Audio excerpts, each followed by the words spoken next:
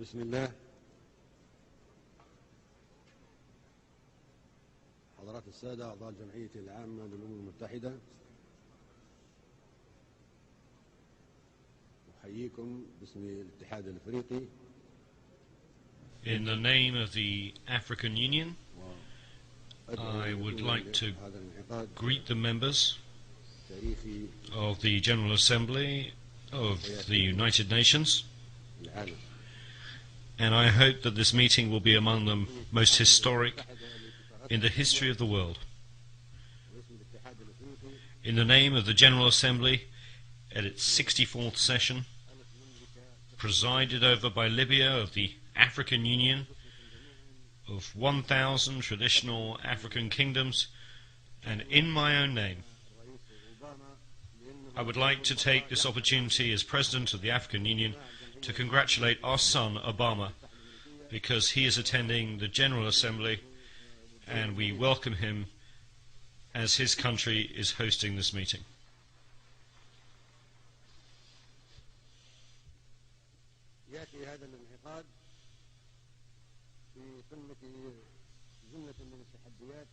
This session is taking place in the midst of so many challenges facing us, and the whole world should come together and unite its efforts to defeat the challenges that are our principal common enemy.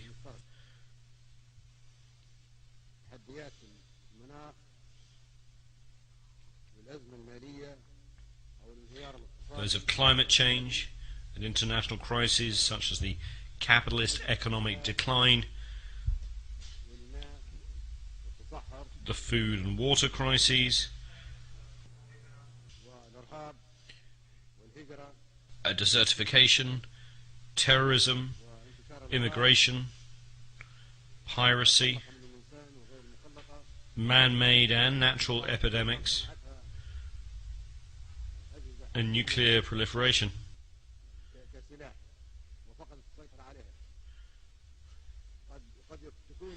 Perhaps influenza H1N1 was a virus created in a laboratory that got out of control,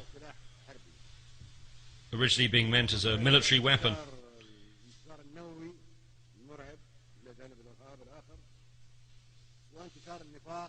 Such challenges also include hypocrisy, poverty, fear, materialism, and immorality.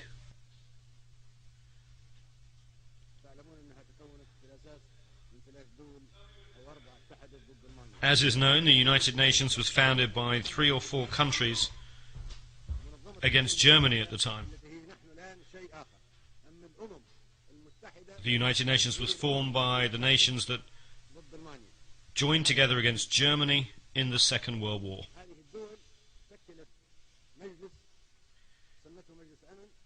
Those countries formed a body called the Security Council, made its own countries permanent members, and granted them the power of veto. We were not present at that time. The United Nations was shaped in line with those 3 countries and wanted us to step into the shoes originally designed against Germany. That is the real substance of the United Nations when it was founded over 60 years ago. That happened in the absence of some 165 countries, at a ratio of 1 to 8.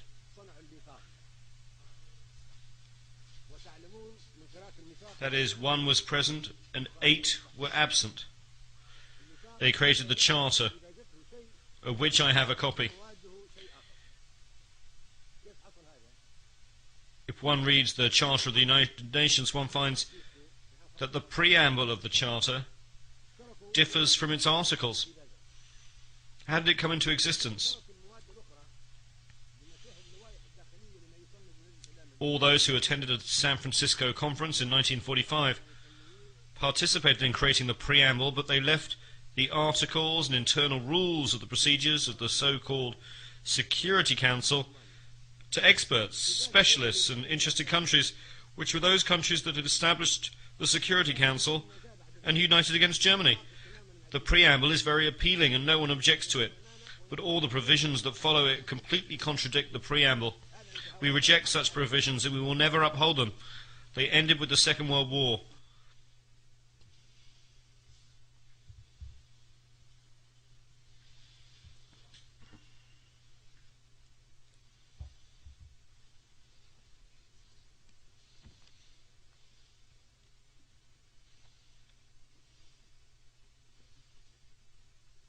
الديباجة تقول أن الأمم متساوية كبيرها وصغيرها. The preamble says that all nations, small or large, are equal. Are we equal when it comes to the permanent seats? No, we're not equal. The preamble states in writing that all nations are equal whether they are small or large. Do we have the right to veto? Are we equal? The preamble says that we have equal rights whether we are large or small. That is what is stated and what we agreed in the preamble. So the veto contradicts the Charter. The permanent seats contradict the Charter. We neither accept nor recognize the veto. الميثاق يقول التزمنا بالديباجة ألا تستخدم القوة المسلحة. The preamble of the Charter states that armed force shall not be used save in the common interest. That is the preamble that we agreed to and signed, and we joined the United Nations because we wanted the Charter to reflect that.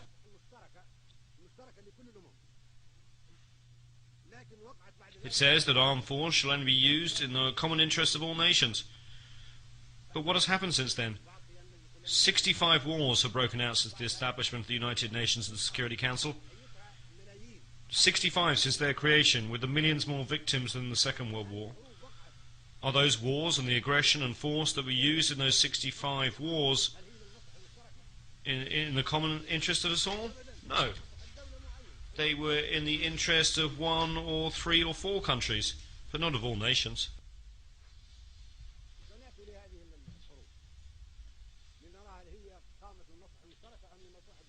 We will talk about whether those wars were in the interests of one country or of all nations.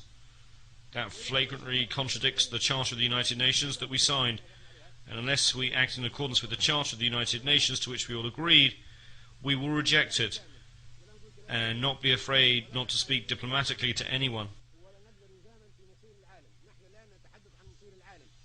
Now we are talking about the future of the United Nations. There should be no hypocrisy or diplomacy,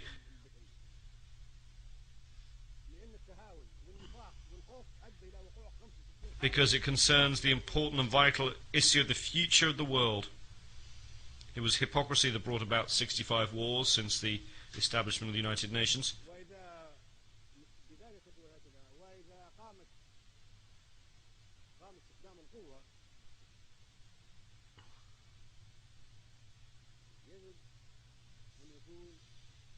The preamble also states that if armed force is used, it must be a United Nations force.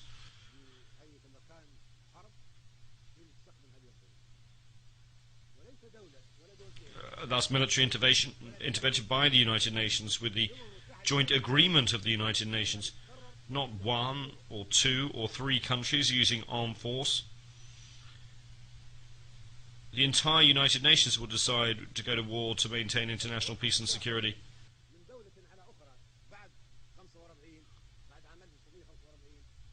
Since the establishment of the United Nations in 1945, if there's an act of aggression by one country against another, the entire United Nations should deter and stop that act.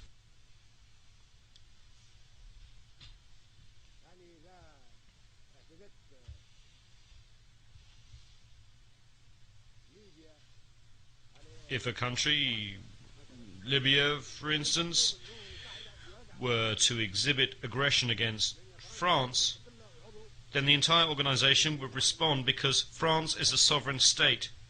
member of the United Nations, and we all share the collective responsibility to protect the sovereignty of all nations.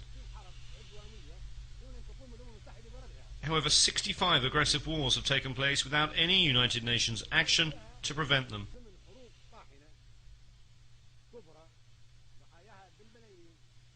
Eight other massive, fierce wars, whose victims number some 2 million, have been waged by member states that enjoy veto powers. Those countries would have us believe they seek to maintain the sovereignty and independence of peoples and to use aggressive force against peoples. While we would like to believe that these countries want to work for peace and security in the world and protect peoples, they have instead resorted to aggressive wars and hostile behavior. Enjoying the veto they granted themselves as permanent members of the Security Council, they have initiated wars that have claimed millions of victims.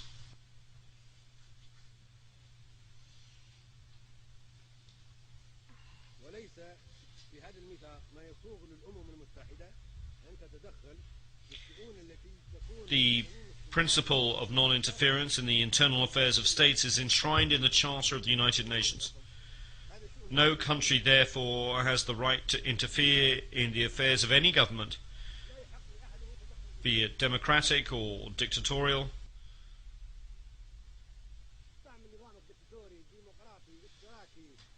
Democratic, dictatorial, socialist or capitalist, reactionary or progressive. This is the responsibility of each society. It is an internal matter for the people of the country concerned. The senators of Rome once appointed their leader Julius Caesar as dictator because it was good for Rome at that time. No one can say of Rome at that time that it gave Caesar the veto. The veto is not mentioned in the Charter.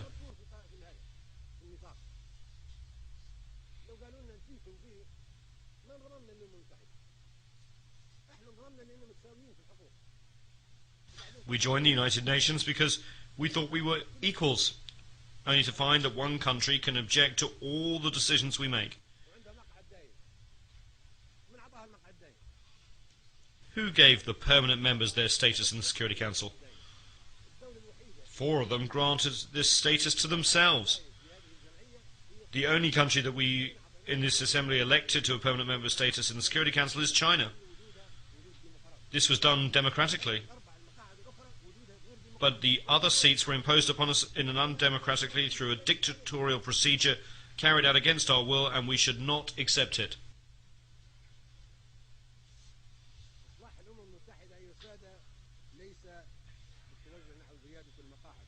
The Security Council reform we need is not an increase in the number of members, which would only make things worse.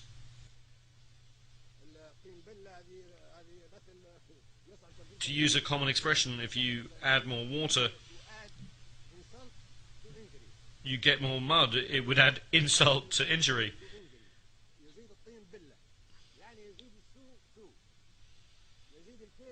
It would make things worse simply by adding more large countries to those that already enjoy membership of the Council.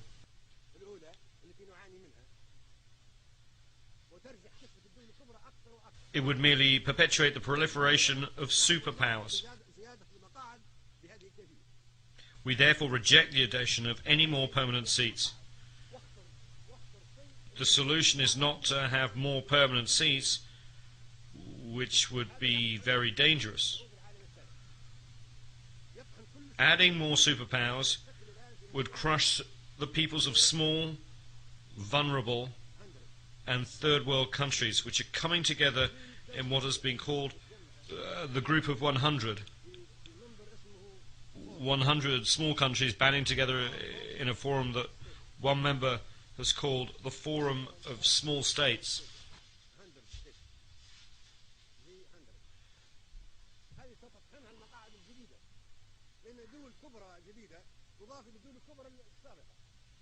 These countries would be crushed by superpowers were additional large countries to be granted membership in the Security Council. This door must be closed. We reject it strongly and categorically.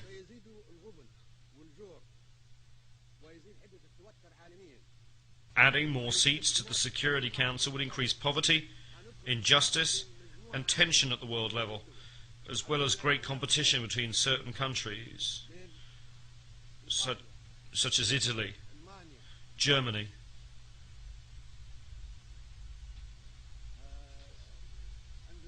Indonesia, India, Pakistan, the Philippines, Japan,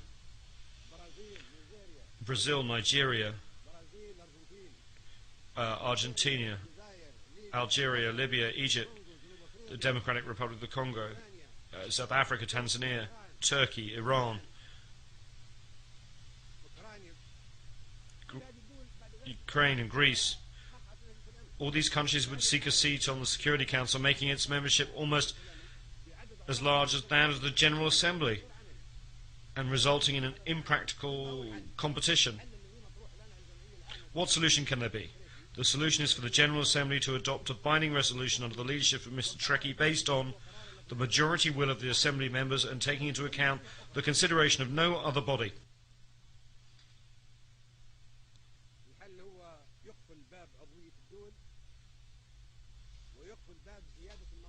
The solution is to close Security Council memberships to the admission of further states.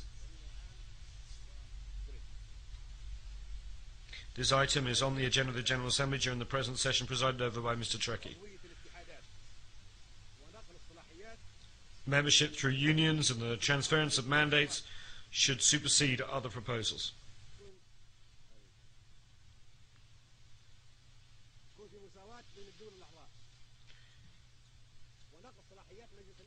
We should focus on the achievement of democracy based on the equality of member states.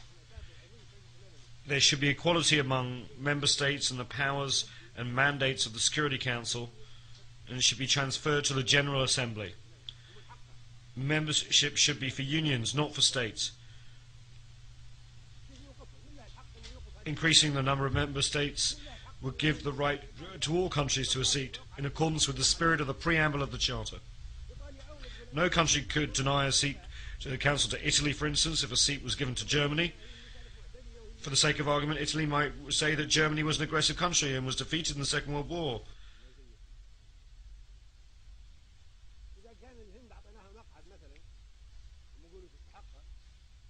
If we gave India a seat, Pakistan would say that it too is a nuclear country and deserves a seat.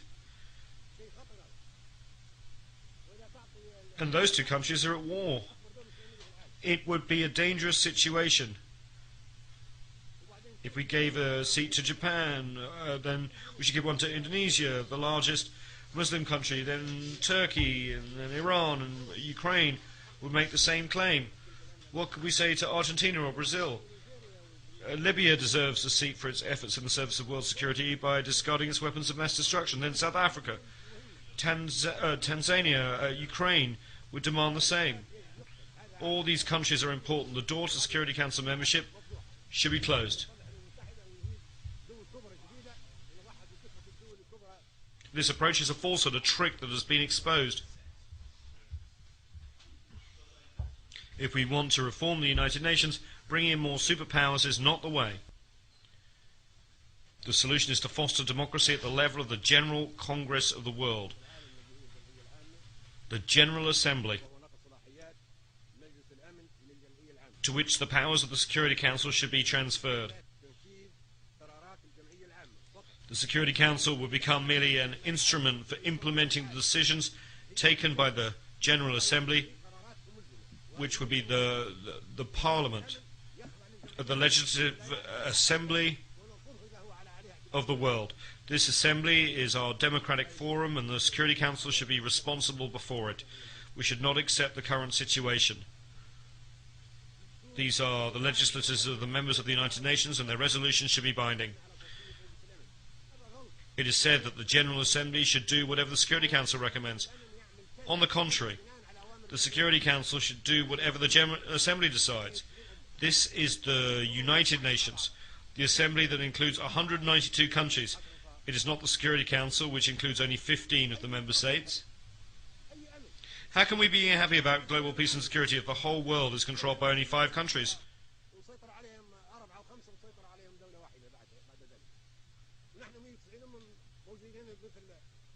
We are 192 nations and countries, and we are like Speaker's Corner in London's Hyde Park.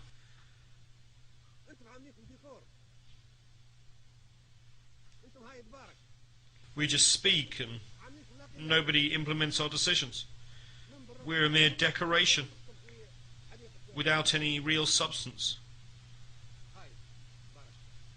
We are Speaker's Corner, no more, no less.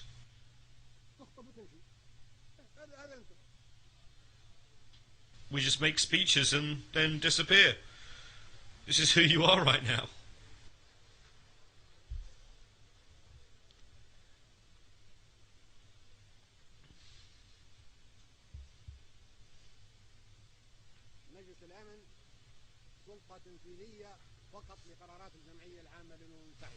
Once the Security Council becomes only an executive body for resolutions adopted by the General Assembly, there will be no competition for membership of the Council.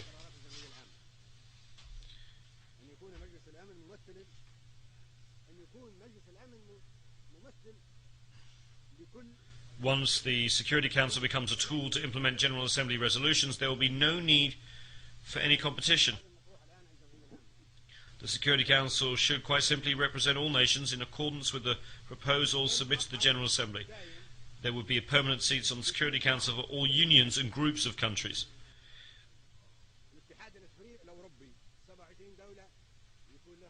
The 27 countries of the European Union should have a permanent seat on the Security Council.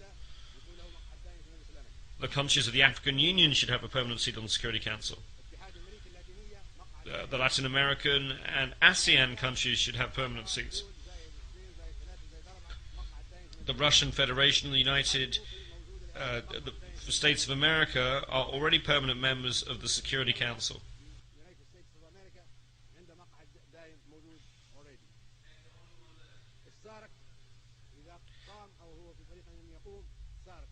The Southern African Development Community, SADC, once it's fully established, should have a permanent seat. The 22 countries of the Arab League should have a permanent seat. The 57 countries of the Islamic Conference should have a permanent seat. The 118 countries of the non-aligned movement should have a permanent seat.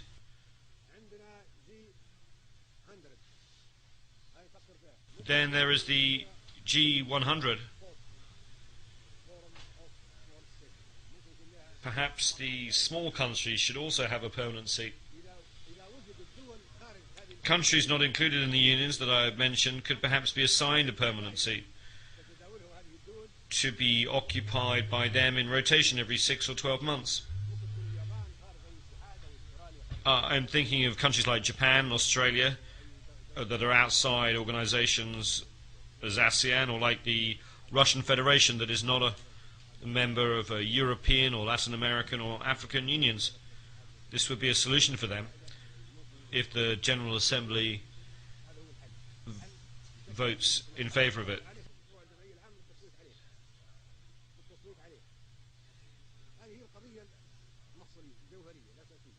The issue is a vitally important one. As has already been mentioned, the General Assembly is the Congress and Parliament of the world, the leader of the world. We are the nations, and anyone outside this General Assembly will not be recognized. The President of the Assembly, Mr. Ali Abdul Salam Treki, and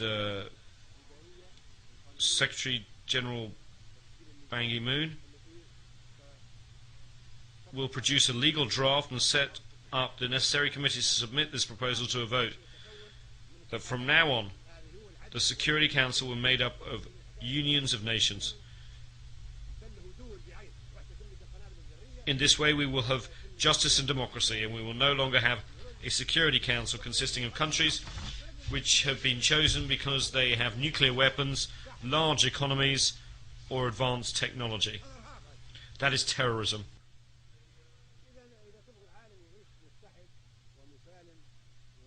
We cannot allow the Security Council to be run by superpowers. That is terrorism in itself. If we want a world that is united, safe and peaceful, this is what we should do. If we want to remain in a world at war, that is up to you.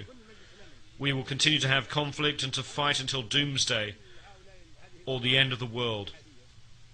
All Security Council members should have the right to exercise the veto,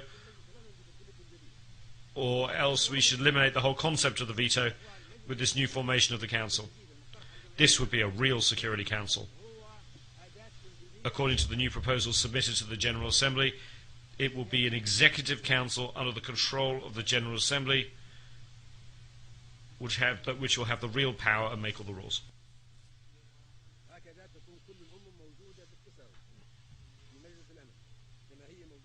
In this way, all countries will be on an equal footing in the Security Council, just as they are in the General Assembly. In the General Assembly, we are all treated equally when it comes to membership and voting. It should be the same in the Security Council.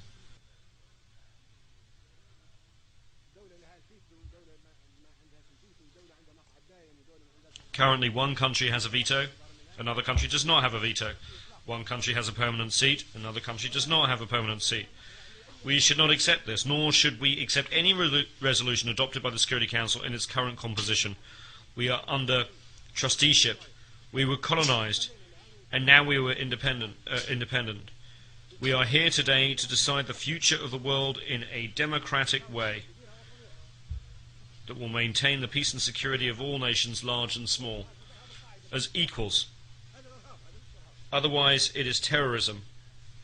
For terrorism is not just Al-Qaeda, but can also take other forms. We should be guided by the majority of the votes in the General Assembly alone.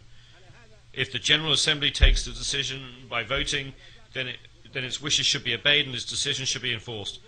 No one is above the General Assembly. Anyone who says he is above the Assembly should leave the United Nations and be on his own.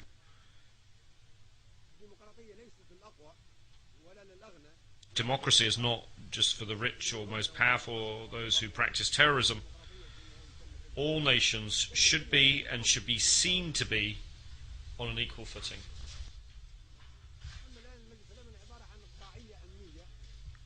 At present, the Security Council is security feudalism, political feudalism, for those with permanent seats, protected by them and used against us.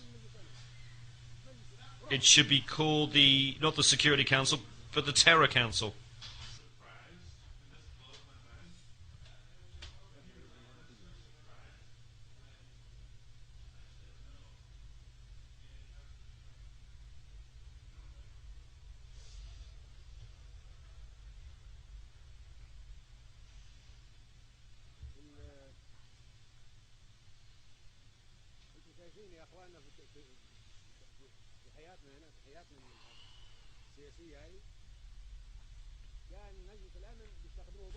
In our political life, if they need to use the Security Council against us, they turn to the Security Council. If they have no need to use it against us, they ignore the Security Council. If they have an interest to promote, an axe to grind, they respect and glorify the Charter of the United Nations, they turn to Chapter 7 of the Charter and use it against poor nations. If, however, they wish to violate the Charter, they would ignore it as if it did not exist at all. Professor Penn here from MyBookie, and I know as a bettor, you demand perfection, and MyBookie delivers. NFL, college football, and a brand new cash-out system gives you options to bet and win all season long. First two legs of your parlay hit, cash out early and place another bet, or let it ride for a chance at a bigger payday. Join the MyBookie family for an entire season filled with daily odds boosts, same-game parlays, and super contests. This season, MyBookie has a no-strings-attached cash bonus that lets you deposit and withdraw quick.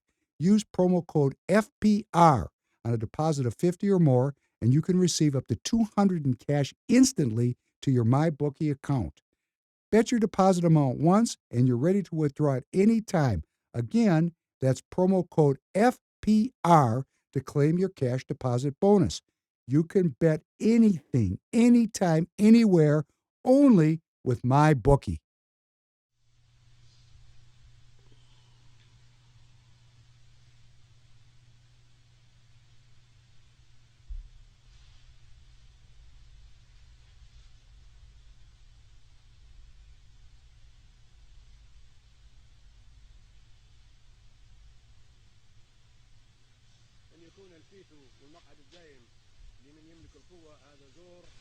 If the veto of the permanent members of the Security Council is given to those who have the power, this is injustice and terrorism and should not be tolerated by us. We should not live in the shadow of this injustice and terror. Superpowers have complicated global interests.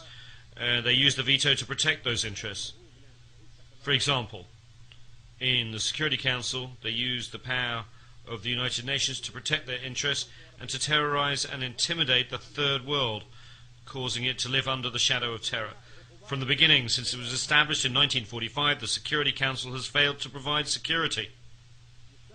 On the contrary, it has provided terror and sanctions. It is only used against us. For this reason, we will no longer be committed to implementing Security Council resolutions after this speech, which marks the 40th anniversary.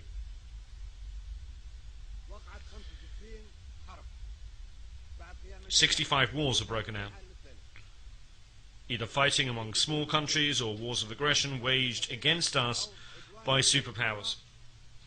The Security Council, in clear violation of the Charter of the United Nations,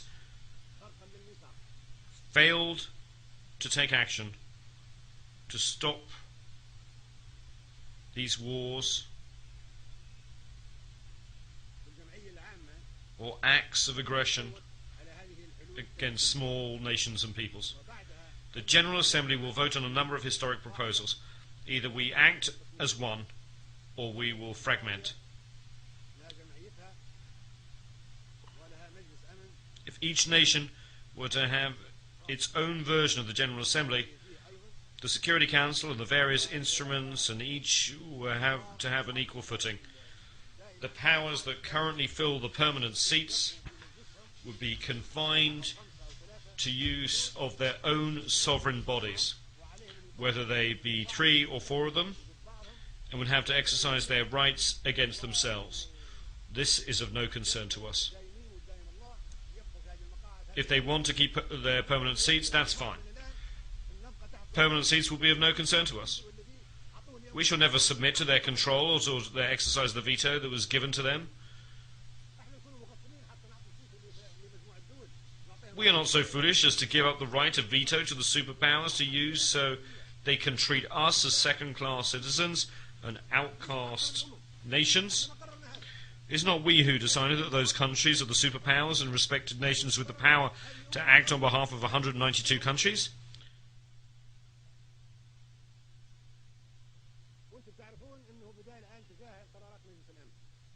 You should be fully aware that we are ignoring the Security Council resolutions because those resolutions are used solely against us and not against the superpowers, which have the permanent seats and the right of veto. Those powers never use any resolutions against themselves. They are, however, used against us. Such use has turned the United Nations into a travesty of itself and has generated wars of violations of the sovereignty of independent states. It has led to war crimes and genocides. All of this is in violation of the Charter of the United Nations.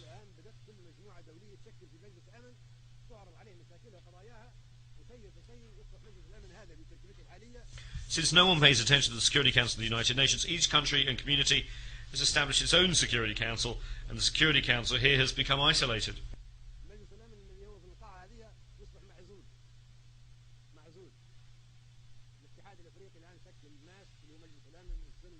The African Union has established its own Peace and Security Council. The European Union has established a Security Council, and Asian countries have already established their own Security Council soon. Latin America will have its own Security Council, as will the 120 non-aligned nations. This means that we've already lost the confidence in the United Nations Security Council, which has not provided us with security, and that's why we now are creating the new regional security councils. We are not committed to obeying the rules or the resolutions of the United Nations Security Council in its present form because it is undemocratic, dictatorial, and unjust.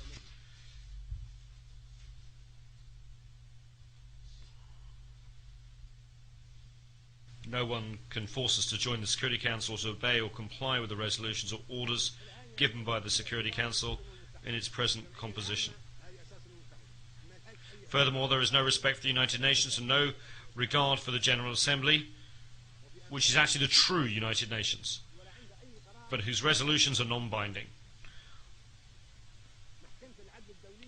The decisions of the International Court of Justice, the international judicial body, take aim only at small countries and third world nations. Powerful countries escape the notice of the court, or, if judicial decisions are taken against these powerful countries, they are not enforced.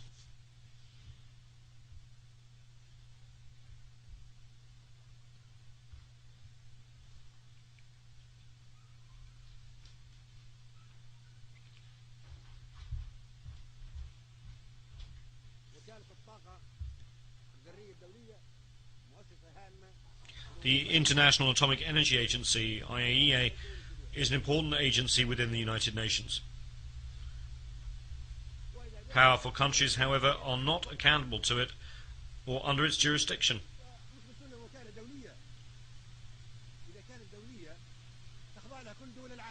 We have discovered that the IAEA is only used against us. We are told that it's an international organization, but if that's the case, then all the countries of the world should be under its jurisdiction. If it's not truly international, then right after this speech, we should no longer accept it and should close it down. Mr. Trekkie, in his capacity as President of the General Assembly, should talk to the Director General of the IAEA, Mr. Al-Baradei, and should ask him if he is prepared to verify nuclear energy storage in all countries and inspect all suspected increases. If he says yes, then we accept the agency's jurisdiction. But if he says that he cannot go into certain countries that have nuclear power and he does not have any jurisdiction over them, then we should close the agency down and not submit to its jurisdiction. For your information, I called Mr. El-Baradei when we had the problem of the Libyan nuclear bomb. I called Mr. El-Baradei and asked him if the agreements by the superpowers to reduce nuclear supplies were subject to agency control and under inspection, and whether he was aware of any increases in their activity. He told me that he was not in a position to ask the superpowers to be inspected. So is the agency only inspecting us? If so, it does not qualify as an international organization since it is selective, just like the Security Council and the International Court of Justice. This is not equitable, nor is the United Nations. We totally reject this situation.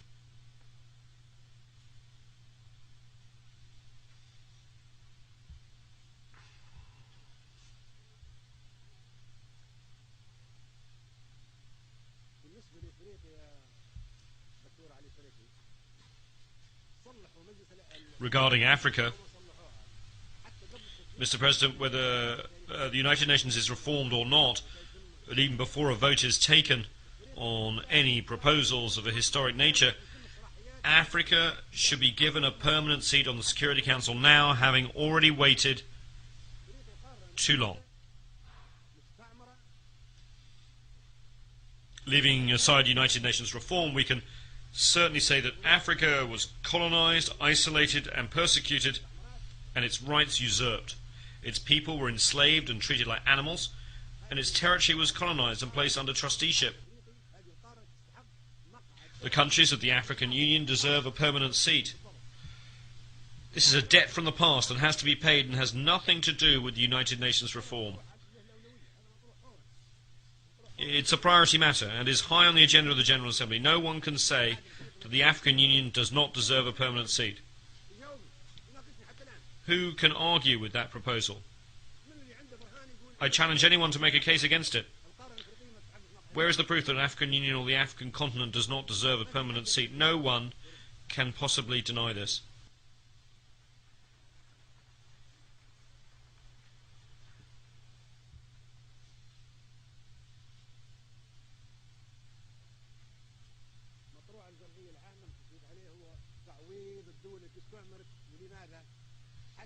Another matter that should be voted on in the General Assembly is that of compensation for countries that were colonized so as to prevent the colonization of a continent, the usurpation of its rights and the pillaging of its wealth from happening again.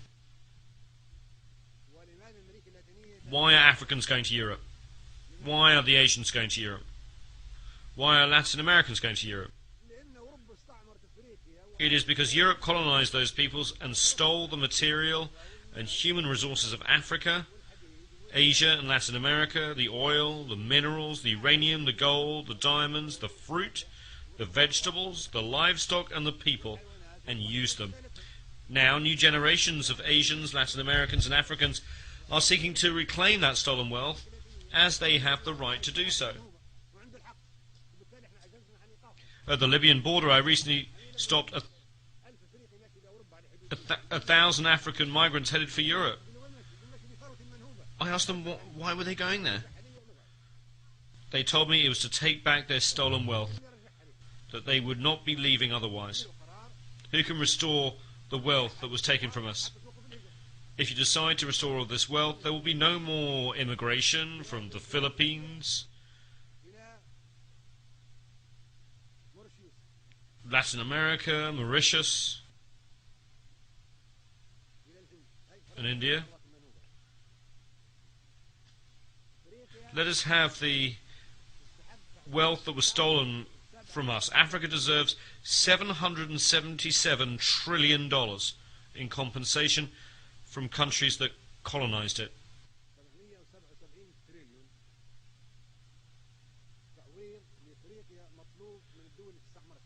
Africans will demand that amount. If you do not give it to them, they will go to where you have taken those trillions of dollars. They have the right to do so. They have to follow that money and bring it back again. Why is there no Libyan immigration to Italy, even though Libya is so close by? Italy owed compensation to the Libyan people.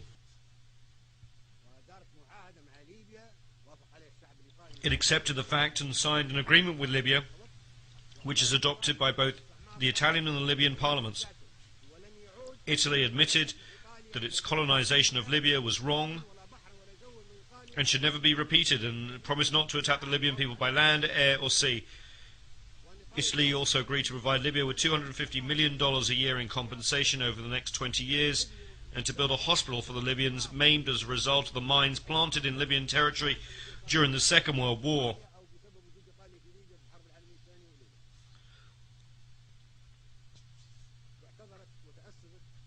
Italy apologized and promised that it would never again occupy the territory of another country.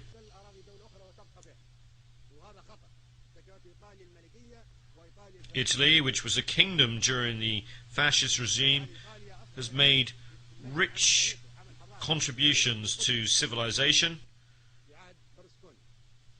should be commended for this achievement, together with Prime Minister Berlusconi and his predecessor, who made their own contributions in that regard.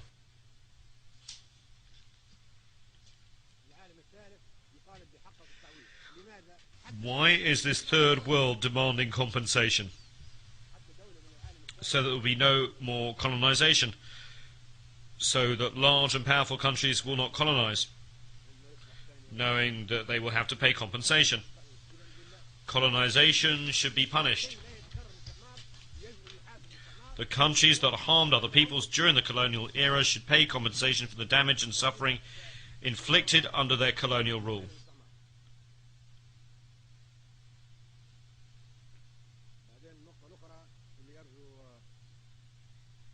There's another point that I would like to make.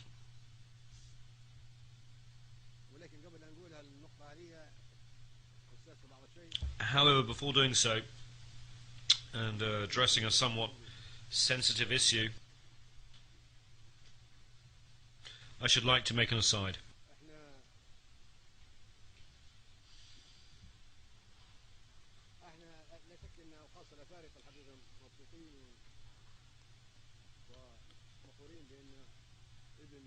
We Africans are happy and proud indeed. The son of Africa is now President of the United States of America. That is a historic event.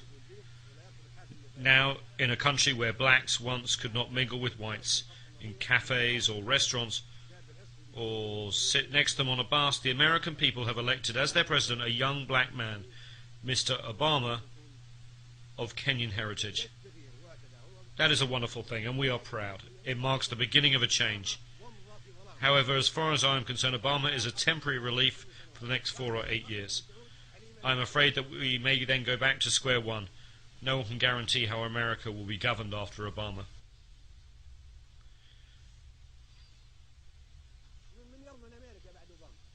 We would be content if Obama could remain President of the United States of America forever.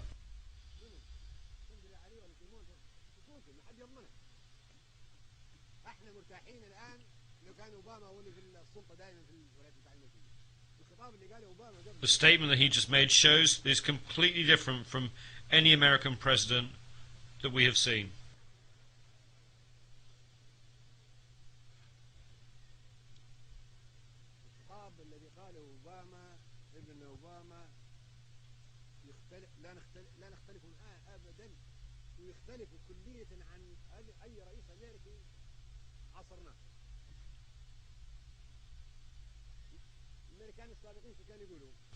American presidents used to threaten us with all manner of weapons,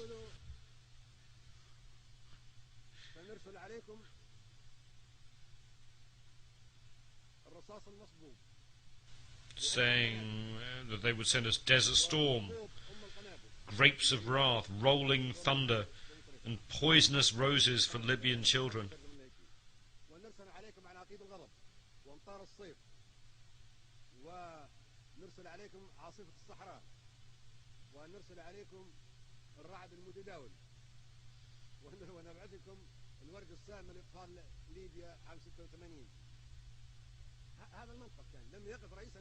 That was their approach. American presidents used to threaten us with operations such as Rolling Thunder, sent to Vietnam, Desert Storm, sent to Iraq.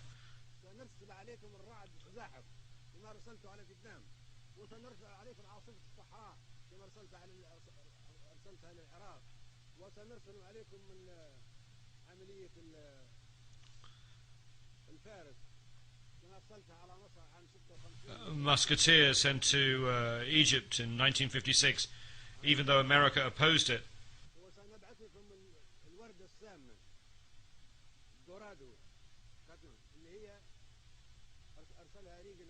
And the poisonous roses visited upon Libyan children by Reagan. Can you imagine? One would have thought that presidents of a large country with a permanent seat on the Security Council and the right of veto would have protected us and sent us peace. And what did we get instead? Laser-guided bombs carried to us on F-111 aircraft. This was their approach.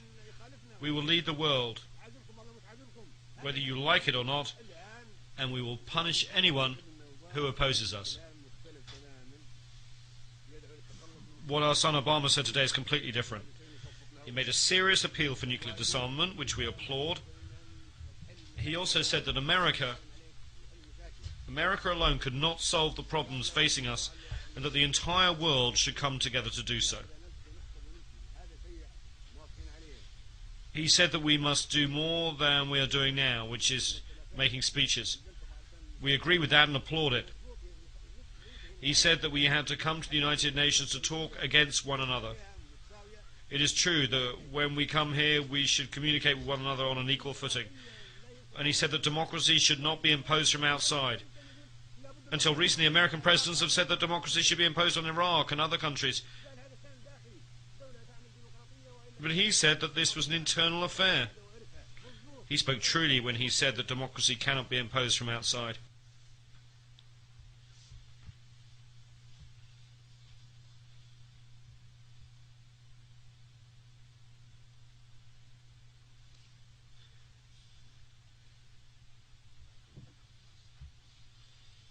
بالتالي لازم ننتبه قبل نفكر في شيء.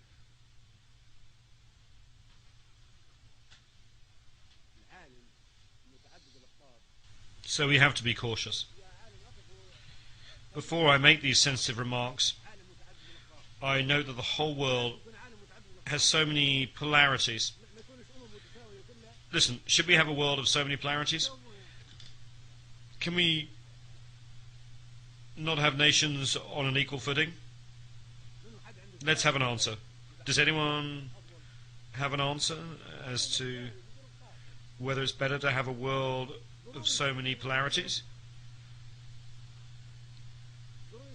Why can we not have equal standing? Should we have patriarchs? Should we have popes? Should we have gods? Why should we have a world of so many polarities? We reject such a world and call for a world where big and small are equal.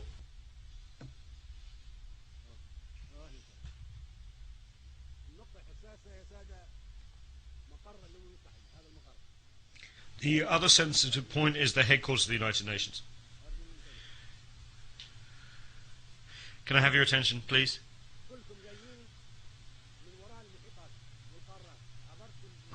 All of you came across the Atlantic Ocean, the Pacific Ocean, crossing the Asian continent or the African continent to reach this place. Why? Is this Jerusalem? Is this the Vatican? Is this Mecca? All of you are tired, you have jet lag and have sleepless nights.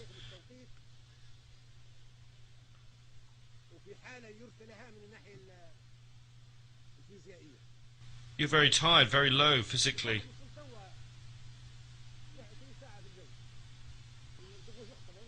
Somebody arrived just now, flying 20 hours. Then we wanted to make a speech and talk about this. All of you are asleep. All of you are tired. It is clear that all of you are lacking energy because of having to make such a long journey. Why do we do that? Some of our countries are in night time and people are asleep.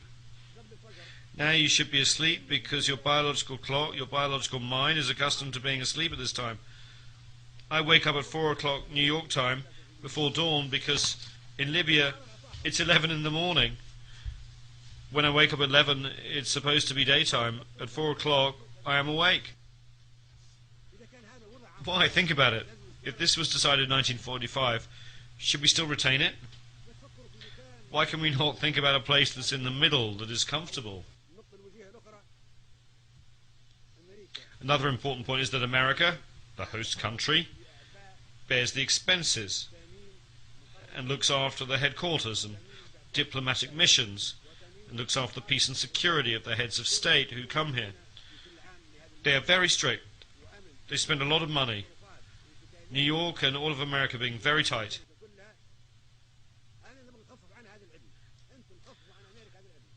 I want to relieve America of this hardship.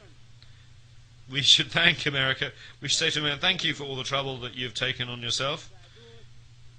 We say thank you, America. We want to help reassure America and New York and keep them calm. They should not have the responsibility of looking after security. Perhaps someday a terrorist could cause an explosion or bomb a president. This place is targeted by Al-Qaeda, this very building.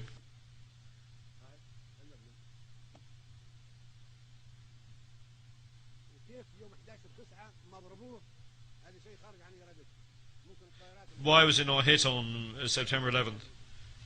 It was beyond their power. The next target would be this place. I'm not saying this in an offhand manner. We have tens of members of Al-Qaeda detained in Libyan prisons. Their confessions are very scary. That makes America live under tension. One never knows what will happen. Perhaps America or this place would be targeted again by a rocket. Perhaps tens of heads of state will die. What we want to relieve America from this worry, we should take the place to where it is not targeted. Now, after 50 years, the United Nations headquarters should be taken to another part of the hemisphere. Another 50 years in the Western Hemisphere. For the next 50 years, it should be in the Eastern Hemisphere or in the Middle Hemisphere by rotation. Now, with 64 years, we have an extra 14 years over the 50, so the headquarters should be moved to somewhere else. This is not an insult to America, it's a service to America. We should thank America. This was possible in 1945, and we should not accept it now, of course. This should be put on the vote of the General Assembly.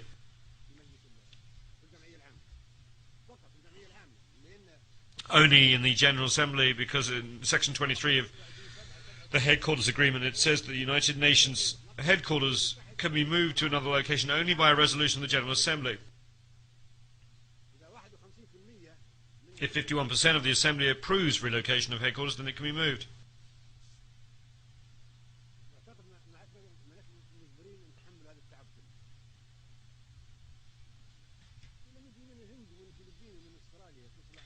America has the right to make its security tight because it's targeted by terrorists and by Al-Qaeda.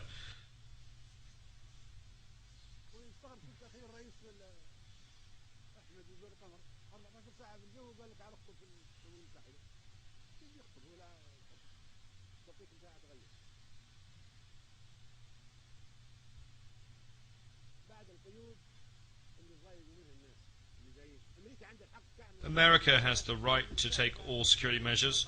We're not blaming America for that. However, we do not tolerate these measures. We do not come to New York and be subjected to all these measures.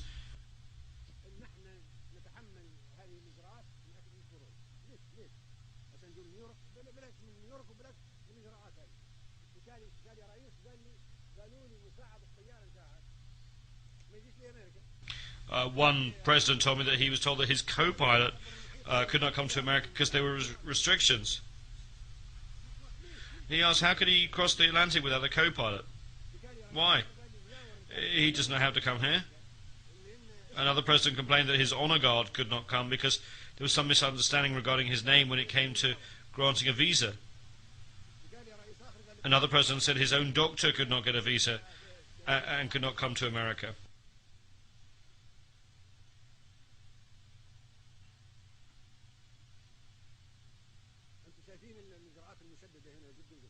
The security measures are very strict. If a country has any problems with America, they will set up restrictions on the movement of member delegations as if one is in Guantanamo.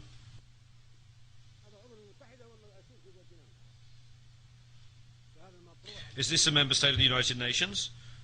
Or is it a prisoner in the Guantanamo camp that cannot be allowed free movement?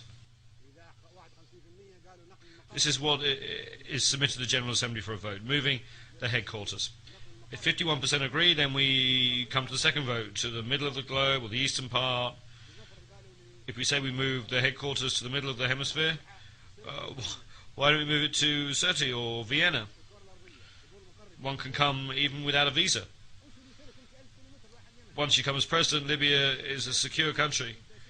We are not going to restrict you to 100 or 500 meters. Libya has no hostile actions against anybody, and I think the same holds true of Vienna.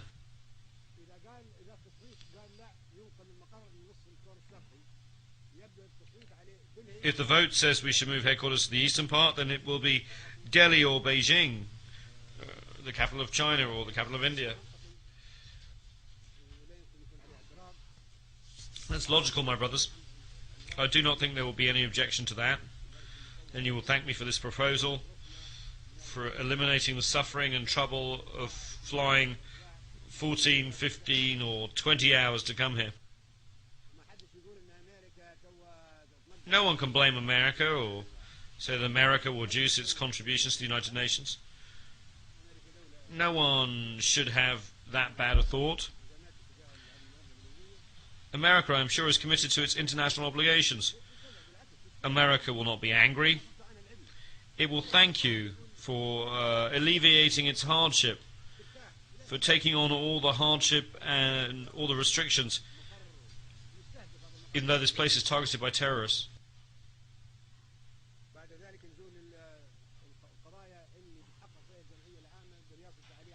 We come now to the issues that will be considered by the General Assembly.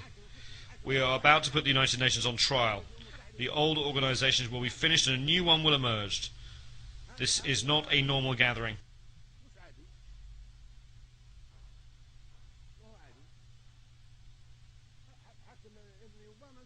Even son Obama said that this is not a normal gathering. It is a historic meeting. The wars that took place after the establishment of the United Nations, why did they occur? Where was the Security Council? Where was the Charter?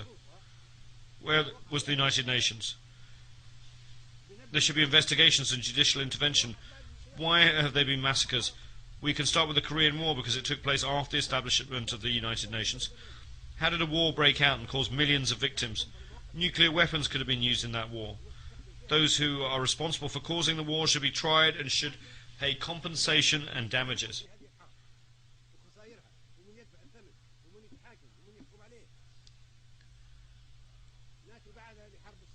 Then we come to the Suez Canal War of 1956. That file should be opened wide. 3 countries with permanent seats on the Security Council and with the right of veto in the Council attacked a member state of this General Assembly. A country that was a sovereign state, Egypt, was attacked. Its army was destroyed. Thousands of Egyptians were killed and many Egyptian towns and entities were destroyed, all because Egypt wanted to nationalize the Suez Canal. How could such a thing have happened during an era of United Nations and the Charter? How is it possible to guarantee that such a thing will not be repeated unless we make amends for past wrongs? Those were dangerous events, and the Suez Canal and Korean War files should be reopened. Next we come to the Vietnam War. There were 3 million victims of that war. During 12 days, more bombs were dropped than during 4 years of the Second World War.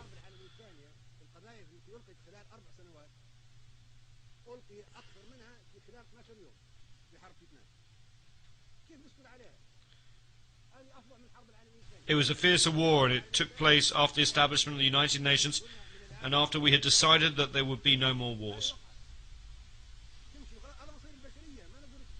The future of humankind is at stake. We cannot stay silent. How can we feel safe? How can we be complacent? This is the future of the world, and we who are in the General Assembly of the United Nations must make sure that wars are not repeated in the future. Then Panama was attacked, even though it was an independent member state of the General Assembly. 4,000 people were killed, and the president of that country was taken prisoner and put in prison.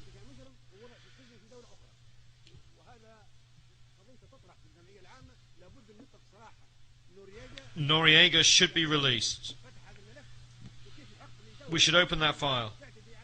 How can we entitle a country that is a United Nations member state to wage war against another country, capture its president, treat him as a criminal and put him in prison? Who would accept that?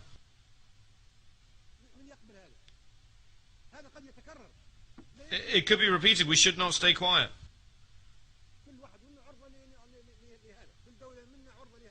We should have an investigation.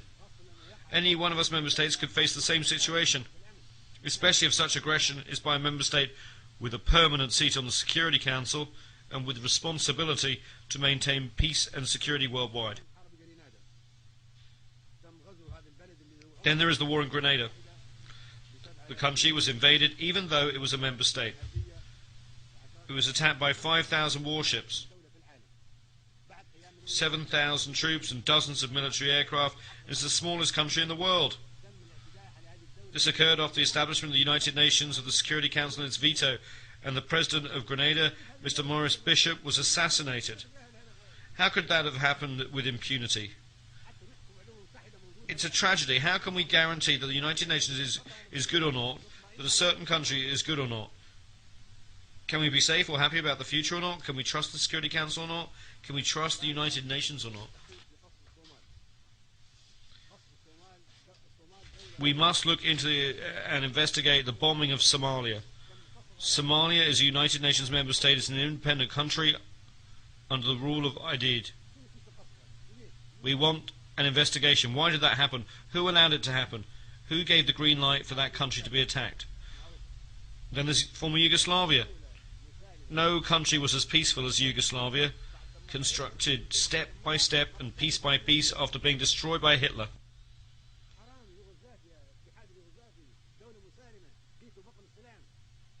We destroyed it, as if we were doing the same job as Hitler.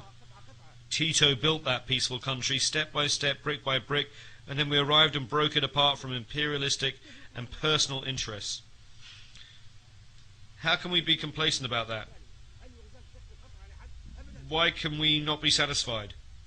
If a peaceful country like Yugoslavia faced such a tragedy, the General Assembly should have an investigation and should decide who should be tried before the International Criminal Court. Then we have war in Iraq, the mother of all evils.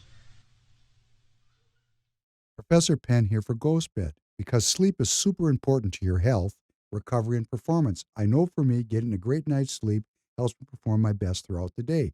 Our friends at GhostBed make super high-quality mattresses at excellent prices so you can finally get a supportive night of sleep. We love GhostBed because it's a family-owned business. They've been making mattresses for over a couple of decades now, and they've made an art of using high-quality, super cooling materials. You won't wake up in a pool of your own sweat sleeping in these beds, even in the dead of summer. You get a 101-night sleep trial along with free shipping and returns when you purchase a mattress, so you can try it in the comfort of your own home. And GhostBed has a dedicated team of sleep experts on standby to help you find your perfect bed. Head to ghostbed.com/Royce today and use promo code FPR for 40% off site-wide. They also have RV mattresses, foundation sheets, and cooling pillows. Head over to ghostbed.com/Royce and use promo code FPR for 40% off site-wide.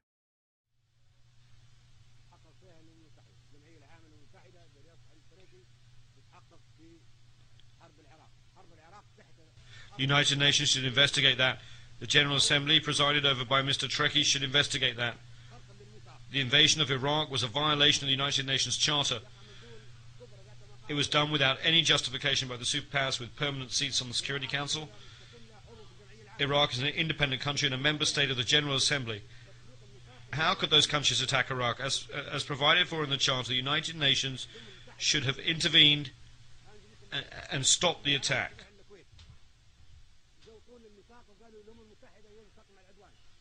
We spoke in the General Assembly and urged it to use the Charter to stop that attack.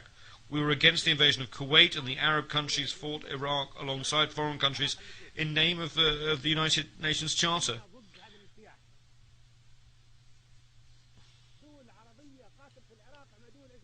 In the first instance, the Charter was respected. The second time, when we wanted to use the Charter to stop the war in Iraq, no one used it, and that document was ignored. Why did that occur?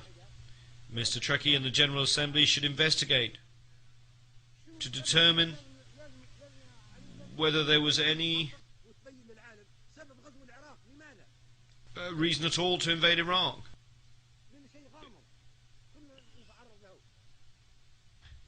Because the reasons for that attack remain mysterious and ambiguous, and we might face the same destiny.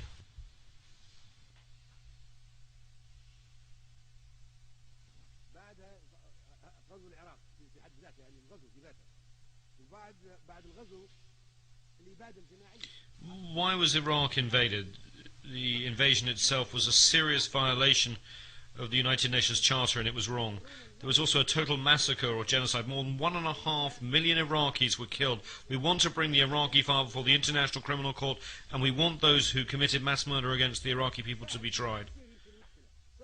It's not easy for Charles Taylor to be tried, or or Bashir to be tried, or for Noriega to be tried. It's all easy for them. من ثاني مطلوب للمحكمة يمشي نوريجا يمشي. طيب واللي بارس الإبادة الجماعية في العراق. But what about those who have committed mass murder against the Iraqis? They cannot be tried. They cannot go before the ICC. If the court is unable to accommodate us, then we should not accept it. Either it is meant for all of us, large or small, or we should not accept it and should reject it. Anyone who commits a war crime can be tried. But we are not livestock or animals like those that are slaughtered for the Eid. We have the right to live, and we are ready to fight to defend ourselves.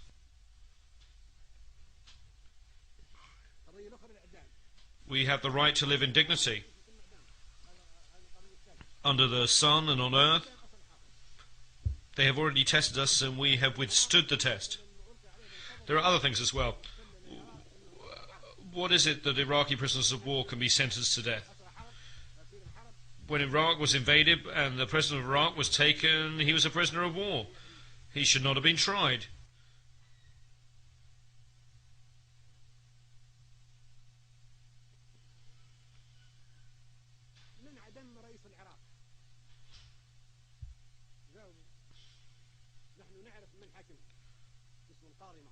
He should not have been hanged. When the war was over, he should have been released. We want to know why a prisoner of war should have been tried. Who sentenced the president of Iraq to death? Is there an answer to that question? We know the identity of a judge who tried him, and those who tied the noose around the president's neck on the day of sacrifice and hanged him. Those people wore masks. How could this have happened in a civilized world? They were prisoners of war of civilized country under international law. How could government ministers and a head of state be sentenced to death and hanged? Were those who tried them lawyers or members of a judicial system? Do you know what people are saying? They are saying that the faces behind the mask were those of the President of the United States and the Prime Minister of the United Kingdom. And it was they who put the President of Iraq to death.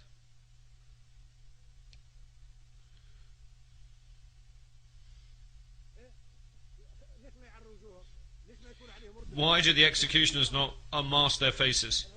Why do we not know their ranks? Why do we not know whether they were officers, judges, soldiers or doctors? How does it come to the President, the state member of the United Nations, was sentenced to death and killed?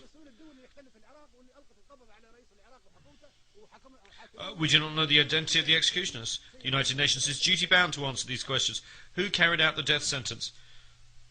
They must have legal status and official responsibilities. We should know their identities, and we should know about the presence of a physician and the nature of all the legal proceedings. That would be true for an ordinary citizen, let alone for the president of a state member of the United Nations who was put to death in this manner.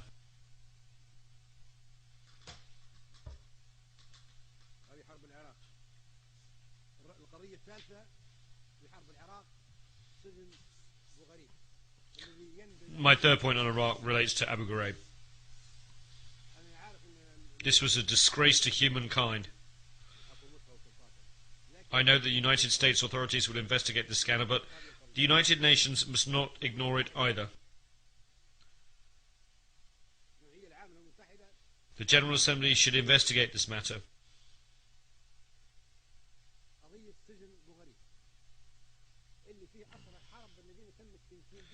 Prisoners of war held in Abu Ghraib prison were tortured. Dogs were set on them. Men were raped. This is the unprecedented in the history of war.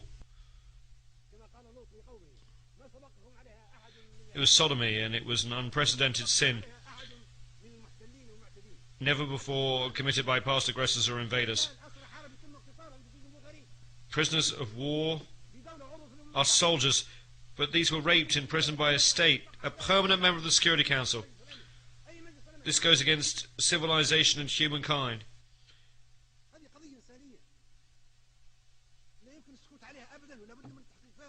We must not keep silent. We must know the facts. Even today, 250,000 of Iraqi prisoners, men and women alike, remain in Abu Ghraib. They are being maltreated, persecuted and raped. There must be an investigation.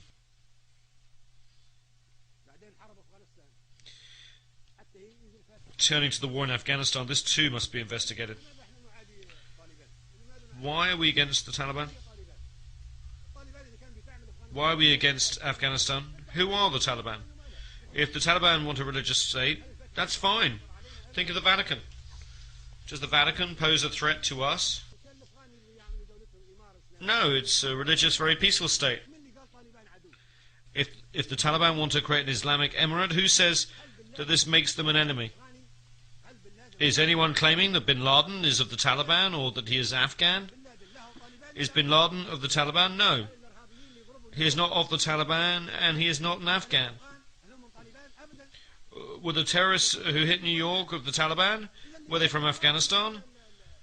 They were neither Taliban nor Afghani. Then what was the reason for the wars in Iraq and Afghanistan? If I truly wanted to deceive my American and British friends, I would encourage them to send more troops and I would encourage them to persist in this bloodbath. But they will never succeed in Iraq or Afghanistan. Look what happened to them in Iraq, which is a desert. It's even worse in mountainous Afghanistan.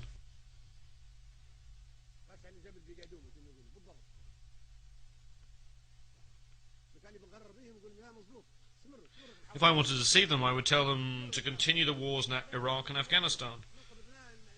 But no, I want to save the citizens of the United States, the United Kingdom, and other countries who are fighting in Iraq and Afghanistan.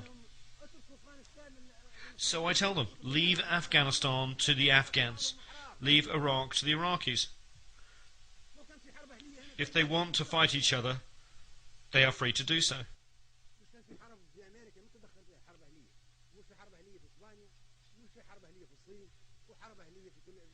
America had its civil war, and no one interfered in it. There were civil wars in Spain, China, and countries all over the world. No place on earth has been free of civil wars. Let there be a civil war in Iraq. If the Iraqis want to have a civil war and fight each other, that's fine. Who says that if the Taliban form a government, they would possess intercontinental missiles of the kind of airplanes that hit New York?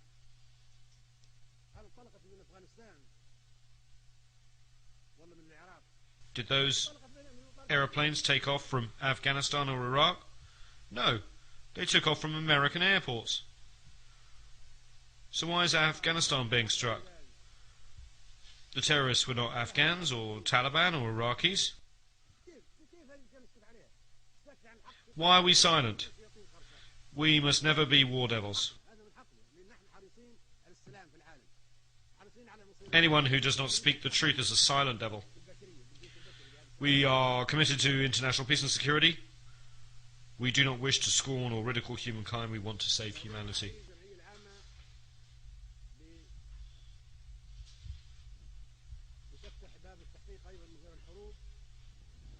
As President of the General Assembly, Mr. Ali Treki should open an investigation of the assassinations file, in addition to the war files. Who killed Patrice Lumumba and why? We merely want to record it in the annals of African history. We want to know how an African leader, a liberator, came to be assassinated. Who killed him? We want our sons to be able to read the history of how Patrice Lumumba, the hero of Congo's liberation struggle, was assassinated. We want to know the facts, even 50 years on. That is one file that should be reopened. And who killed Secretary General Doug Hammarskjöld? Who fired on his aeroplane in 1961 and why? And then there's the assassination of United States President Kennedy in 1963.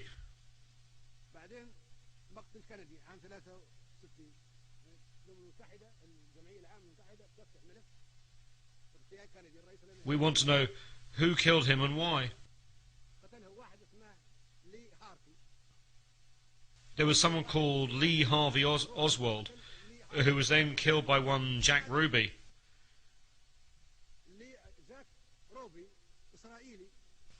But why did he kill him? Jack Ruby, an Israeli, killed Lee Harvey Oswald, who killed Kennedy. Why did this Israeli kill Kennedy's killer? Then Jack Ruby, the killer of Kennedy, died in mysterious circumstances before he could be tried. We must open the files. The whole world knows that Kennedy wanted to investigate the Israeli Dimona nuclear reactor. This involves international peace and security and weapons of mass destruction. That is why we should open this file.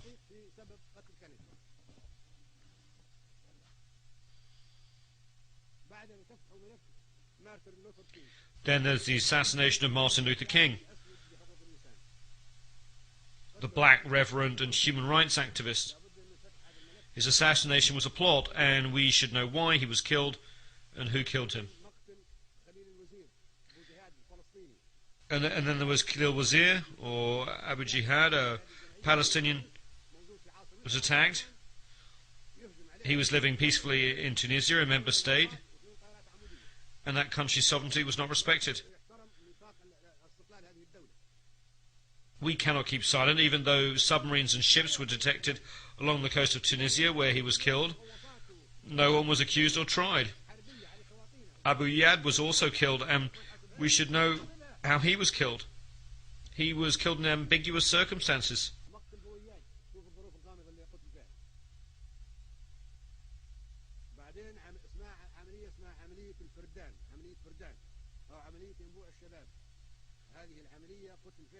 In Operation Spring of Youth, Kamal Nasser, a poet, Kamal Adwan and Abu Yusuf al-Najjar, 3 Palestinians, were killed in Lebanon, a country that is free, a sovereign state, member of the General Assembly.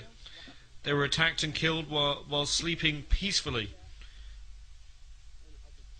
We should know who killed them, and he should be tried so that the crimes against humanity are not repeated.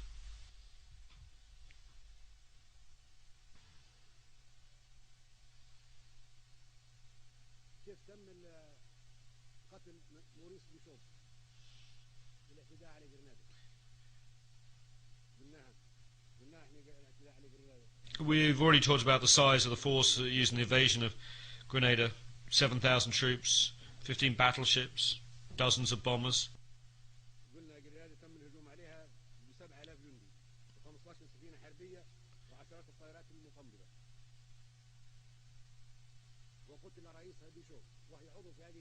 And President Bishop was killed even though Grenada was a member state. Those are crimes, and we cannot keep silent.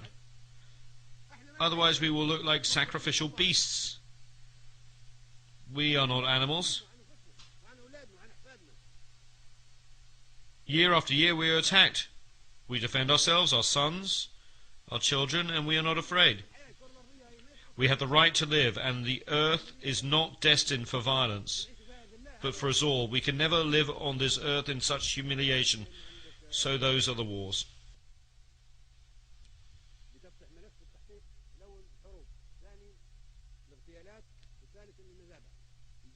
The last files is that of the massacres. In the Sabra and Shatila massacre, 3,000 people were killed. That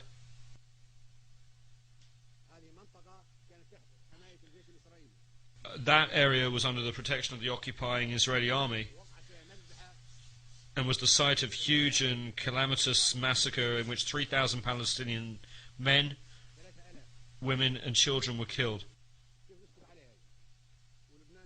How can we keep quiet?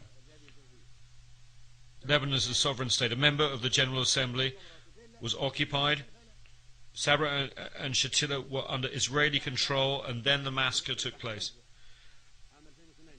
And then there was the 2008 massacre in Gaza. There were 1,000 women and 2,200 children among the victims killed in the massacre in Gaza in 2008.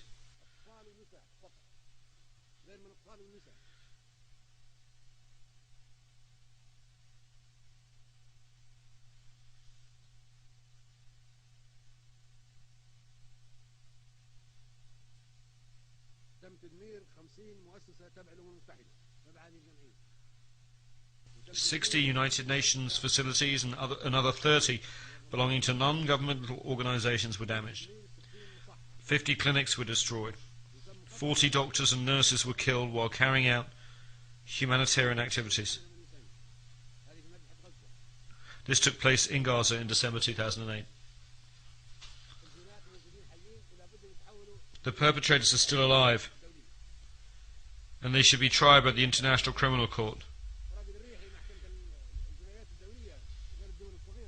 Should we try only the underdogs, the weak and the poor of the third world countries, and not important and protected figures?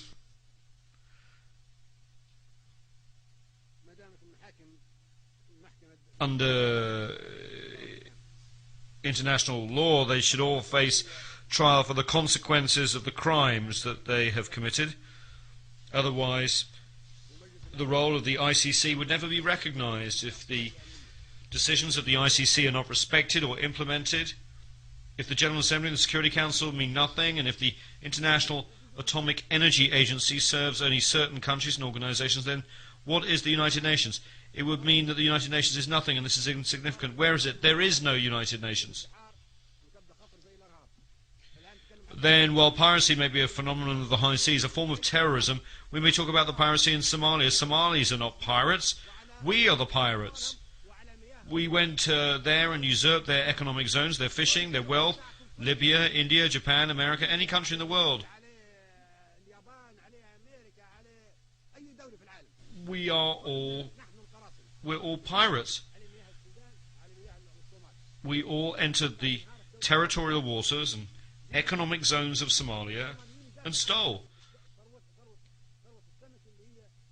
The Somalis are protecting their own fish, their sustenance. They have become pirates because they are defending their children's food. Now we seek to address that matter in the wrong way. Should we send warships to Somalia? We should send warships to the pirates who have attacked and seized the economic zones and wealth of the Somalis and the food of their children.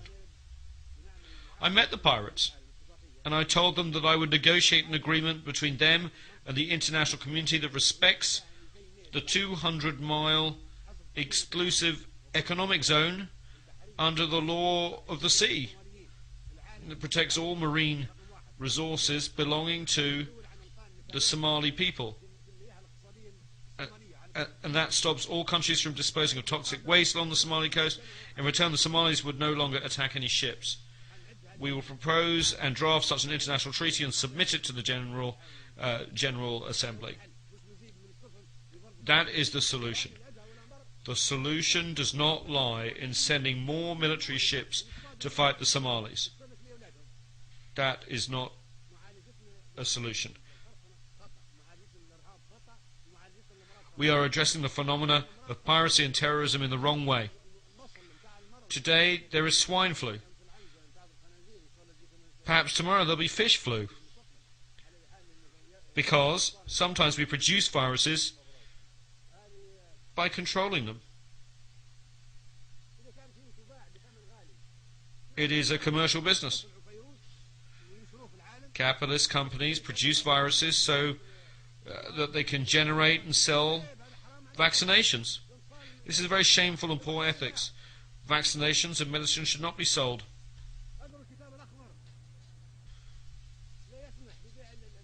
In the Green Book, I maintain that medicines should not be sold or subject to commercialization. Medicines should be free of charge and vaccinations given free to children. But capitalist companies produce the viruses and vaccinations and want to make a profit. Why are they not free of charge? We should give them free of charge, not sell them.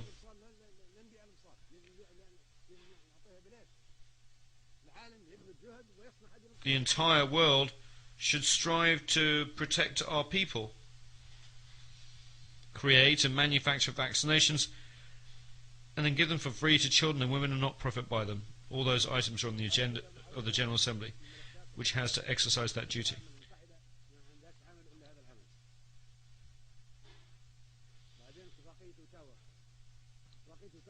The Ottawa Convention on Landmines forbids the production of landmines. That is wrong. Landmines are defensive weapons. If I place them along the border of my country and someone wants to invade me, they may be killed. That's all right, because they're invading me. The convention should be reconsidered. I'm not taking that defensive weapon to another country. The enemy is coming to me, and on the Gaddafi website, I call for that treaty to be modified or annulled. This treaty should be modified or annulled. I want to use anti-personnel mines to defend my home against invasion. Eliminate weapons of mass destruction, not landmines, which are defensive weapons.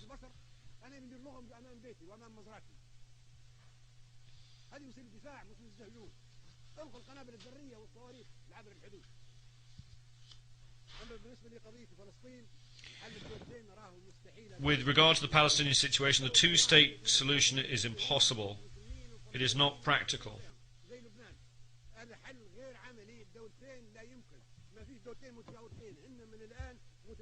Currently, these two states completely overlap. Partition is doomed to failure. These two states are not neighbours. They are co-extensive in terms of both population and geography.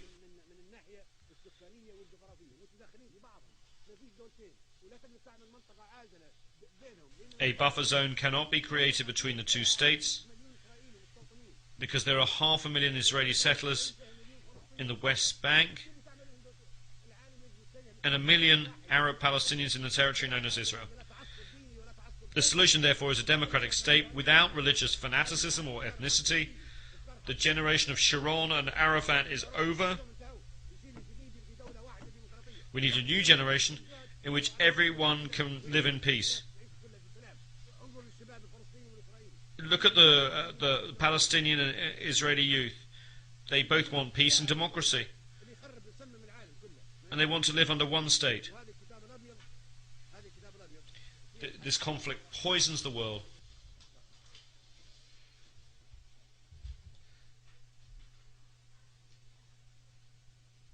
The White Book actually has the solution. I hold it here. The solution is retained.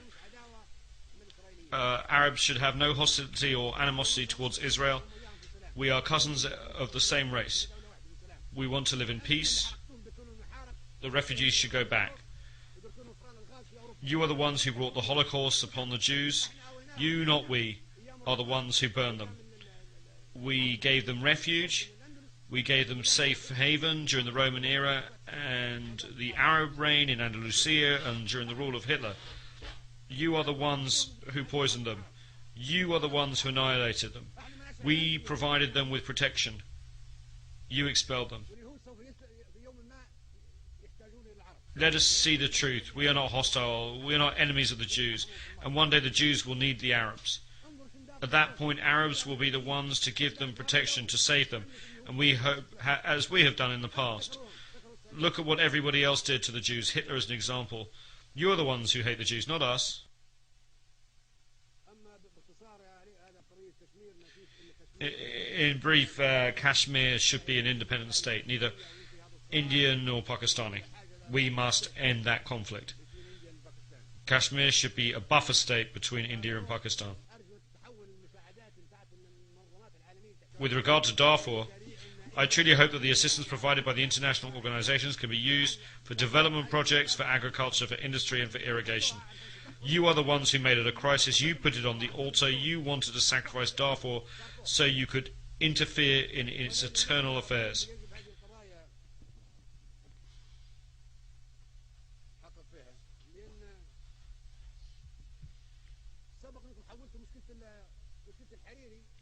You've turned the Hariri problem into a United Nations problem. You are selling Hariri's corpse. You just want to settle scores with Syria. Lebanon is an independent state. It has law courts, a judiciary and police. At this stage, it is no longer It is no longer the perpetrators that are being sought. The real wish is to settle scores with Syria, not ensure justice for Hariri. The cases of Khalil al-Wazir, Lumumba, Kennedy and Hammarskjöld should also have been turned over to the United Nations if the Hariri case merits such attention.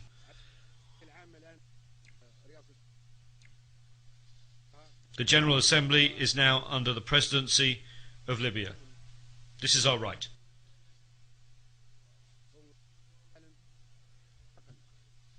Libya hopes that you will assist in making the transition from a world fraught with crises and tension in a world which humanity, peace and tolerance prevail. I will personally follow up on this issue with the General Assembly.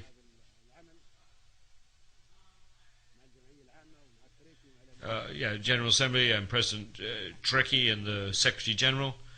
It is not our habit to compromise when it comes to the destiny of humanity and the struggles of the Third World and the 100 small nations,